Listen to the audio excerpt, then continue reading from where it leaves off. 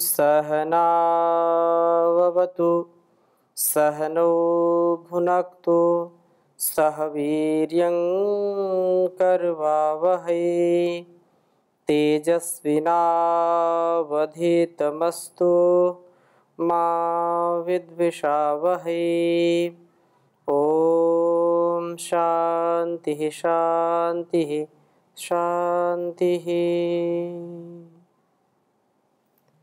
वैदिक जीवन पद्धति की इस कक्षा में आप सभी का हार्दिक स्वागत है, अभिनंदन है। परमपिता परमेश्वर की हम सब के ऊपर महती कृपा है, जिसकी कृपा प्रसाद से हम इस मनुष्य जीवन को पा करके अपने कर्म, अपने स्वधर्म का परिपालन कर रहे हैं। हमारा यह परम कर्तव्य है कि जिस परमात्मा ने यह शरीर और संसार दिया है उसके लिए भी हम कुछ करें, उसके लिए सतत अपने आप को लगा कर के रखें। जो हमारा और इस सारे संसार का कर्ता धर्ता हरता है, उस परमात्मा की जो वाणी है, उसका जो उपदेश है कल्याणी वेदवाणी, उसके अनुसार ही अपने जीवन को जिएं। वेदों के विपरीत चलने से, वेदों के विपरीत आचरण करने से कभी भी हमारी उन्नति नहीं हो सकती है। इसलिए हम जीवन को सुंदर बनाएं। जो त्यागमय जीवन है, जो तपमय जीवन है, जो सबके लिए कल्याणकारी जीवन है, ऐसा जीवन बनाने का प्रयत्न करें।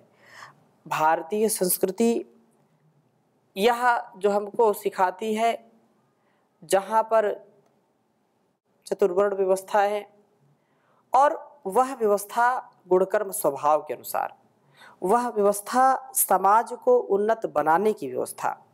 तो हम ऋग्वेद के द्वितीय मंडल के 42वें सूक्त का स्वाध्याय कर रहे हैं, जिसमें एक अच्छे सच्चे सन्यासी का वर्णन है कि कैसा उसका जीवन होना चाहिए, कैसा आचरण होना चाहिए और सन्यासी के साथ कैसा व्यवहार करना चाहिए।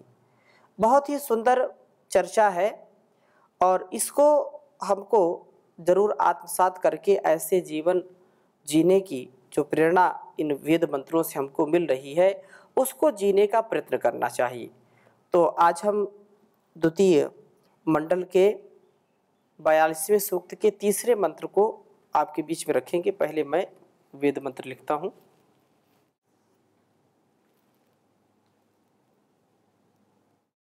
अवक्रंद दक्षिणतो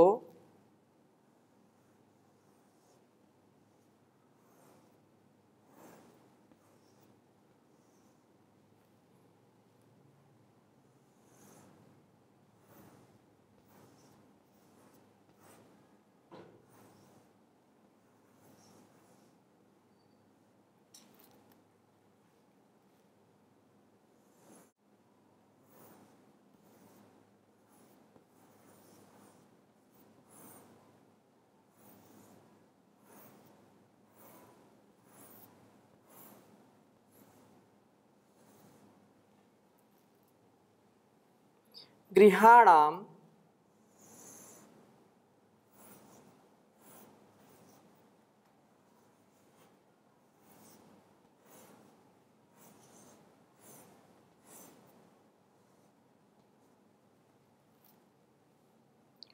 सुमंगलो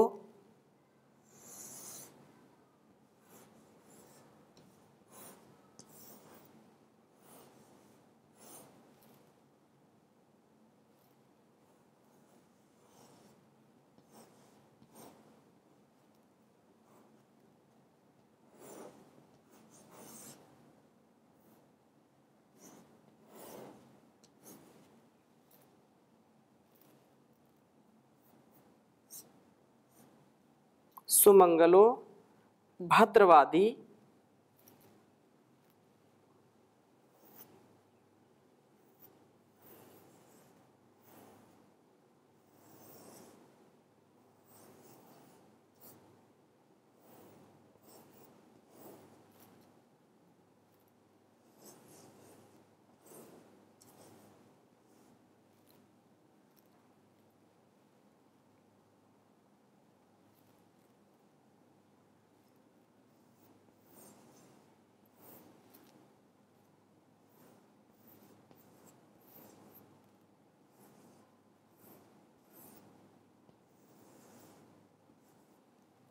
शकुन्ते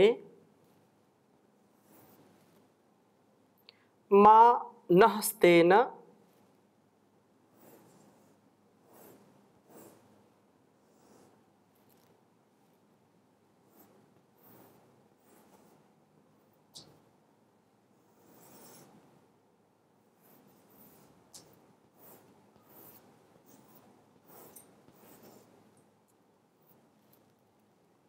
ईशत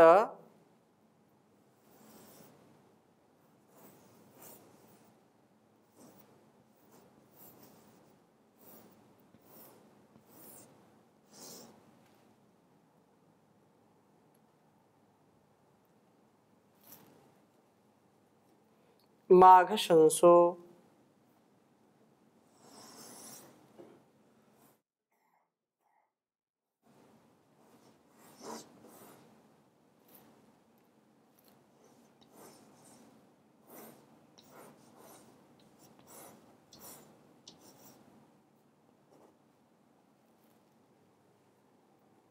बृहत् वदेम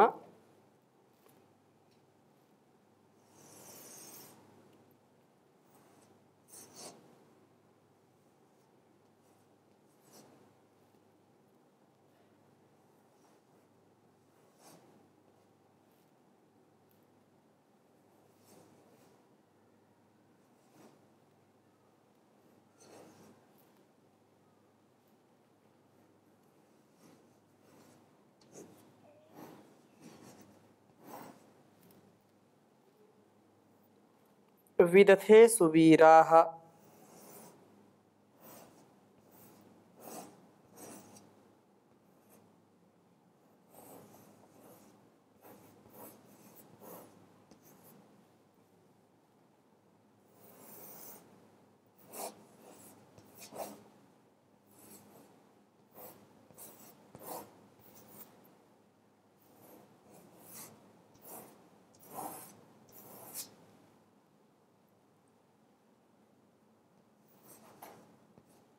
दूसरे मंडल के 42वें सूक्त का यह तीसरा मंत्र है।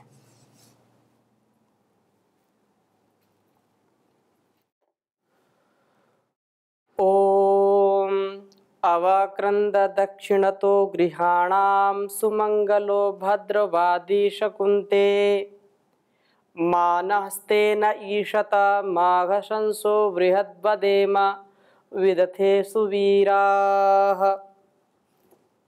ओम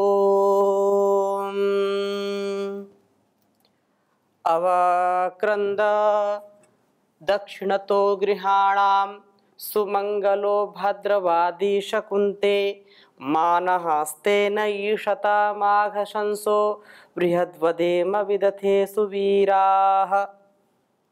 बहुत ही सुंदर वेद मंत्र है। अवक्रंद दक्षिणतो गृहाणां सुमंगलो भद्रवादी शकुन्ते मानः स्तेन ईशत माघशंसो बृहद्वदेम विदथे सुवीराः।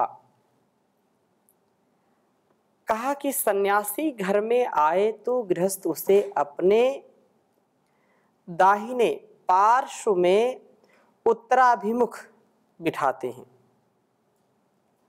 दाहिनी ओर बिठाना आदर का सूचक होता है। आज भी जो विद्वान होते हैं, धीर गंभीर होते हैं, जो बड़े होते हैं, उनके व्यवहार में यह देखा जा सकता है। और अति आदर के साथ, अतिशय आदर करते हुए जो यहाँ पर संकेत किया है, उसका पालन आज भी लोग करने वाले हैं। तो कहा कि जो सन्यासी जो अपने जीवन को इस जगत के हित के लिए लगा करके कार्य करते हैं, तो वे उस गृहस्थ उसे अपने दाहिने पार्श्व में अभिमुख बिठाते हैं और यह आदर का सूचक माना जाता है।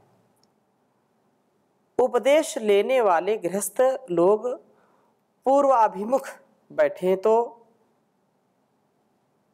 इस सन्यासी को वे दक्षिण हाथ की ओर उत्तराभिमुख बिठाते हैं। गृहाणाम, गृहस्थ लोग के दक्षिणतः, दक्षिण की ओर बैठा हुआ शकुन ते शक्तिशाली तू अवक्रंद, इन नीचे बैठे लोगों को आहूत, इन्हें संबोधित करके उपदेश देने वाला हो। सन्यासी के लिए यहाँ पर यह एक विशेष बात कही है कि वह सन्यासी कैसा हो जो अपने गुणकर्म स्वभाव को उत्तमोत्तम ढंग से, श्रेष्ठतम ढंग से गौरवशाली बनाते हुए इतना धवल, इतना सफल उसका जीवन होना चाहिए कि वह दूसरों को उपदेश दे सके। स्वयं उसके आचरण में वह घटित होता हुआ उसके उपदेश में जब आता है तो वह स्वभाव दूसरों को प्रभावित करता है, दूसरों को सही मार्ग पर चलने की प्रेरणा से प्रेरित करता है। इसलिए ऐसा स्वभाव एक सन्यासी का, संत का, स्वामी का होना चाहिए। और कहा कि सन्यासी का हृदय सबके लिए सुमंगलः, मंगल कामना वाला होना चाहिए।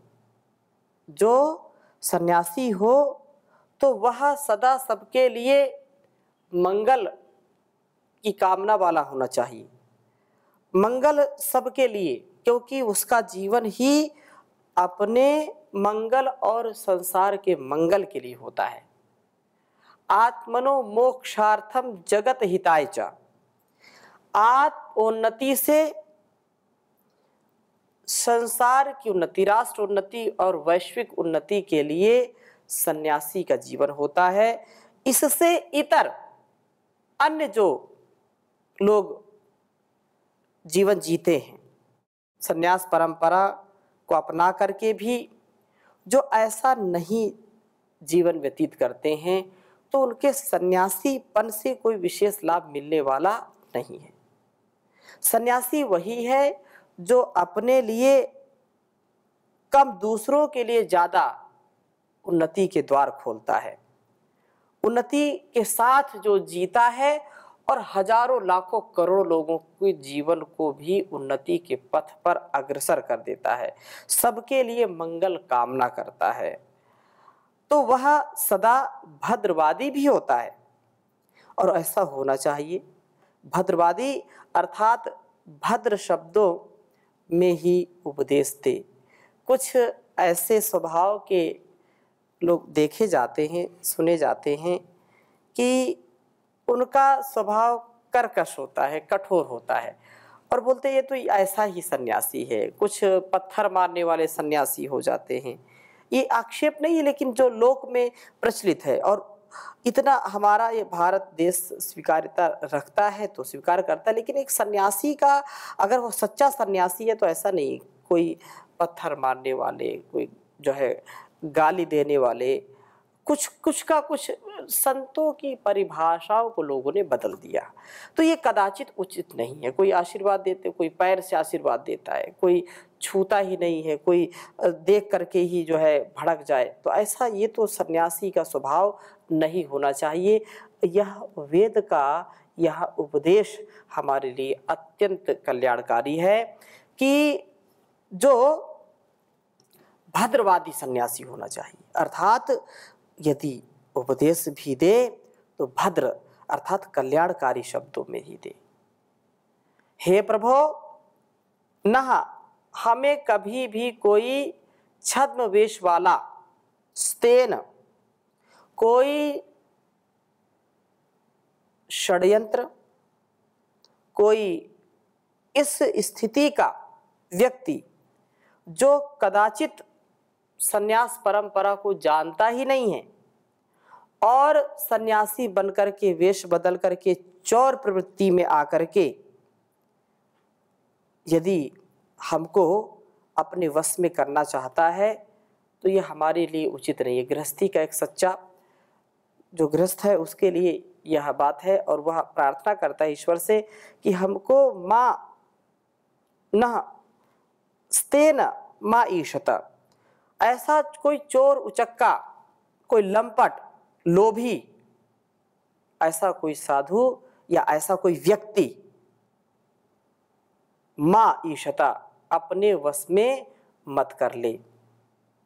अर्थात हम ऐसे जो छल कपट से युक्त हैं, जो छद्म वेश में संन्यास परंपरा को दूषित करने के लिए, कलंकित करने के लिए केवल वेशभूषा बदल करके रखा है और अंदर से उनका बहुत कठोर, बहुत विपरीत, बहुत घिनौना जो चरित्र है, यदि ऐसे लोग हमारे ऊपर अपने प्रभाव को जमाते हैं, हमको ठगते हैं, तो हे प्रभु इनसे हमारी रक्षा करो। कोई चोर व्यक्ति अपने वश में हमको ना कर ले, ऐसा हमको सामर्थ्य दीजिए कि अपने बुद्धि विवेक, अपने जान से अपना कल्याण कर सकें, इस जहान का भी कल्याण कर सकें। क्योंकि चारों ओर एक षड्यंत्र भी चल रहा है, उससे भी हमको जागरूक होना है।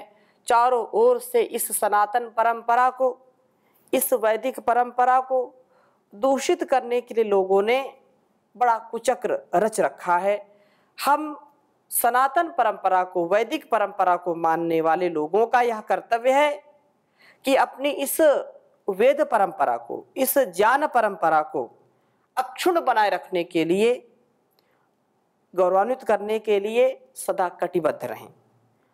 क्योंकि वेद का ही मार्ग ऐसा है जो निर्भ्रांत है, जो संशय से रहित है और अपने जीवन और इस जगत के कल्याण के लिए जो संजीवनी बूटी का काम करता है। इससे विपरीत अन्य जो लोगों का ज्ञान है, उसमें कहीं न कहीं कोई क्षुद्रता है, कोई दौर्बल्यता है, कोई संकीर्णता है, जिससे समाज और राष्ट्र कभी भी उन्नत नहीं बन सकते।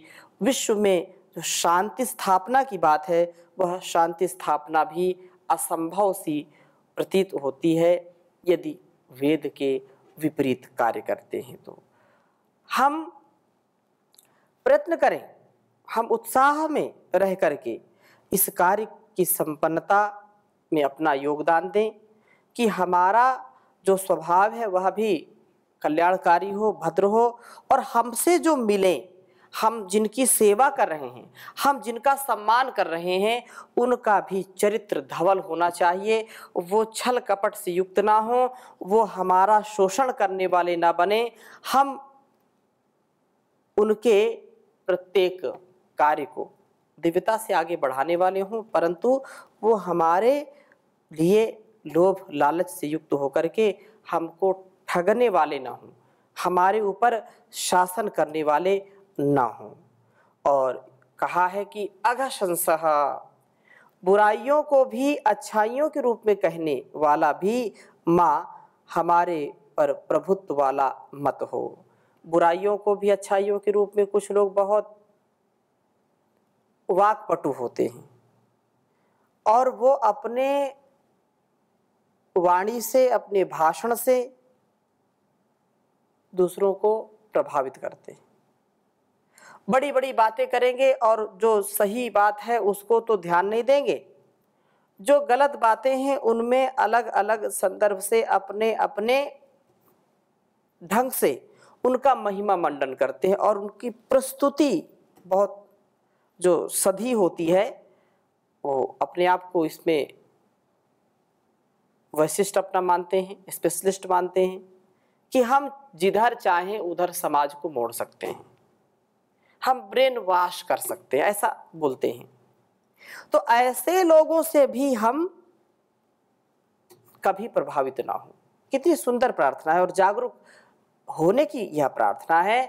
अघशंसा, बुराइयों को भी जो अच्छाइयों के रूप में कहने वाले हैं, जो हमारी संस्कृति, हमारे संस्कारों, हमारी शिक्षा दीक्षा से हमको दूर ले जाते हैं और बहुत सफाई के साथ ऐसे कुटिल और जिनके मुख में मक्खन है, अमृत है और अंदर विष भरा हुआ है, ऐसे लोगों से भी हे परमपिता परमेश्वर हमारी रक्षा करिए आप। मुंह में राम बगल में छुरी। तो अंदर से तो विष भरा है और बाहर से वो हमारा ब्रेन वॉश कर रहे हैं, हमारी मानसिकता को परिवर्तित कर रहे हैं, माइंड हमारा चेंज कर रहे हैं। तो ऐसे लोगों से भी हम दूर रहें, ऐसे लोगों से भी आप बचाइए। हमारे ऊपर वो प्रभुत्व वाला नहीं होना चाहिए, हम उसकी बातों में ना आएं, उसके झूठे फरेब में ना फंसें, उसका जो यह दो गलापन है, अर्थात दो गला मतलब दोहरी बातें, दो गला, गला तो एक ही होता है लेकिन बात कहते दो गला अर्थात दोहरी बातें, जो सही भी गलत भी, दोनों को मिश्रित करके हमको गलत पथ पर ले जाता है, अपना स्वार्थ जो सिद्ध करता है और हमारे ऊपर शासन जमाता है। तो ऐसे लोगों से हमको बचाइए, उसकी बातों में हम कभी आए नहीं, उसके झांसे में कभी भी फंसे नहीं, ऐसा। और यह आप देखिए समाज में, चाहे शहर हो चाहे गांव हो, क्योंकि हमारा जो देश है वह देश धर्म के नाम पर इतना अपने विवेक को खो देता है कि जिस काम में, जिस तत्व में हमको कभी कोई भ्रांति नहीं होनी चाहिए, उसी में सबसे ज्यादा भ्रांति है। उसी अपने कर्तव्य को, अपने समाज को, अपने राष्ट्र को और आत्मा परमात्मा प्रकृति के सच्चे स्वरूप को समझ करके उसका सदुपयोग करना, उसमें किसी प्रकार की कोई भी न्यूनता ना रहे, परिपक्वता बनी रहे, अपरिपक्वता ना हो, इसके लिए कटिबद्धता होनी चाहिए। लेकिन इसके लिए कटिबद्धता नहीं होती। उसका फल क्या होता है कि जो लोग भोले भाले होते हैं, सीधे साधे होते हैं, ऐसे लोगों को जो चतुर कुटिल, जो छद्म वेश में रहते हैं, जो बहरूपीय होते हैं, उनको ठग लेते हैं और उनको ठग करके उनके परिवार का शोषण करते हैं। अनेक प्रकार से उनको वैदिक परंपरा से, अपनी शास्त्रीय परंपरा से विमुख कर देते हैं और अपने आप ही सबसे बड़े गुरु घंटाल बन जाते हैं। उनको बहुत सावधानी के साथ हमको परखने की जरूरत है। इसलिए गांव में कहावत है, पानी पियो छान के और गुरु करो जान के। गुरु आपको करना है तो हजारों बार उसका परीक्षण करिए, समझिए, जानिए, इसके बाद गुरु करिए। जो हमको सही दिशा देने वाले हैं, हमारी दशा को ठीक करने वाले हैं, जो स्नेही हैं, करुणा से परिपूर्ण हैं, ऐसे गुरुओं का सानिध्य हमारे लिए अमृत के समान होता है। ऐसे भावना से हम सन्यासी और साधु जो स्वामी हैं उनका सम्मान करके उनका सदा मान करते रहें, कभी भी विपरीत आचरण ना करें। विदथे ज्ञान यज्ञों में वृहद वदेमा, हम खूब ही आपकी चर्चा करें और सुवीराहा, उत्तम वीर बने और वीर प्रजाओं वाला हो। हम कहते हैं कि सुमंगल, भद्रवादी, शक्तिशाली सन्यासी का हम आदर करें, छद्मवेश, चोर एवं अघशंस लोगों से बचें। इस सूक्त में आदर्श सन्यासी का चित्रण किया गया है। 3 मंत्र हैं, बहुत ही छोटा यह सूक्त है और इसमें पूरे सन्यास परंपरा का दिग्दर्शन कराया है। जो सन्यासी हैं उनके लिए भी कैसा चरित्र होना चाहिए, कैसा व्यक्तित्व कृतित्व होना चाहिए, उसका भी दर्शन इन वेद मंत्रों में है। और गृहस्थियों को भी कैसा व्यवहार सन्यासी के साथ करना चाहिए, उसका भी दिग्दर्शन यहाँ किया है। इसलिए हम ऐसे श्रेष्ठ ज्येष्ठ बने, ऐसे धीर गंभीर बने, जिससे हमारे जीवन की विशेषता बढ़े। हम सुंदर जीवन बना करके, सच्चरित्र बन करके इस समाज का और अपना कल्याण कर सकें, गलत व्यवहारों से हम बचें, सुंदर सा जीवन हो, यही जीवन जीने की कला है। इसलिए हम अपने आप को ऐसा बनाने का प्रयत्न करें कि कर ले भला होगा भला, अंत भला है, बस यही संसार में जीने की कला है, बस यही संसार में जीने की कला है। जिसने नेकी बदी को विचारा, वो भेद जीवन का समझा वो सारा, रंग भरी दुनिया से वाम मोड़ चला है, बस यही संसार में जीने की कला है, बस यही संसार में जीने की कला है। पाप जिसने कभी ना किया है, दीन दुखियों को जीवन दिया है, पाप जिसने कभी ना किया है, दीन दुखियों को जीवन दिया है। उनका हरा भरा सदा फूल फला है, बस यही जीवन में जीने की कला है, बस यही संसार में जीने की कला है।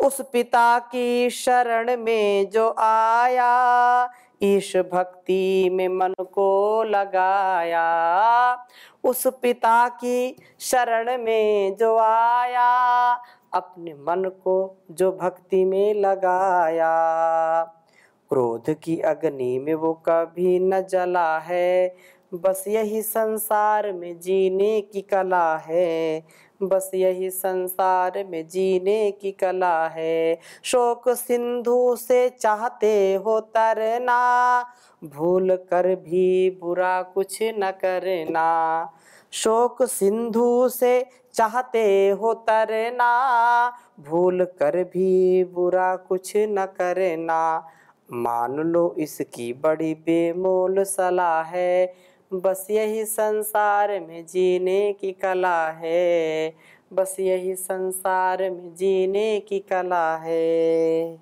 ओम शांति शांति शांति।